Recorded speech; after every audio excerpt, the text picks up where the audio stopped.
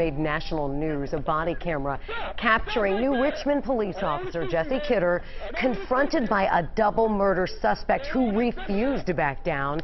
He used extreme restraint in the arrest, and now the officer behind the camera is in front of his colleagues in Washington, D.C. WLWT News 5's Brian Hamrick was the reporter who actually chased down that dramatic video that you saw first right here on WLWT. And he's leading the way for us here live with what Jesse Kidder, Officer Kidder, had to say about that day. Hi, Brian. Hey, Mike, Cherie, what you see on video is far more important than one officer doing a good job. This comes as the actions of officers are being questioned in city after city. Kidder has become a national counterbalance today. He explained how he did it. It's a front row seat to a life and death decision. As New Richmond police officer Jesse Kidder Stop right there! makes the thin line of using deadly force much wider than required.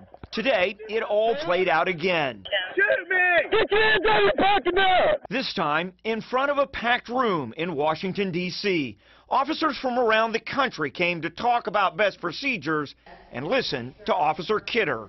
I expected fight or flight when he got out of his vehicle. He really didn't either. He just rushed at me, screaming, "Shoot me." Kidder told the forum dispatchers warned him the double murder suspect might try suicide by cop, meaning he would try to get Kidder to shoot him.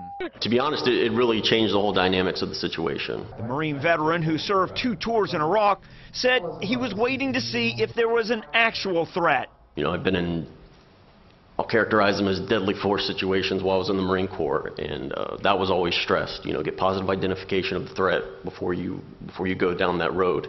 New Richmond Police Chief Randy Harvey also addressed the forum. This went nationwide, his actions for that day. He's been praised by chiefs of police and elected officials across the nation. Praised for what he did, and more importantly, what he didn't do. But I knew he had crossed the line to where I could have used deadly force, but I just felt that, you know, just because you can't take a life doesn't mean you should. Now, Kidder told the forum even though the suspect put his hands in his jacket, he kept his composure because he noticed the way the jacket was cut. He said it didn't look like there was a gun in the pocket. Cherie? All right, Brian Hamrick live for us. Brian, thank you. By the way, the double murder suspect in that incident is Michael Wilcox.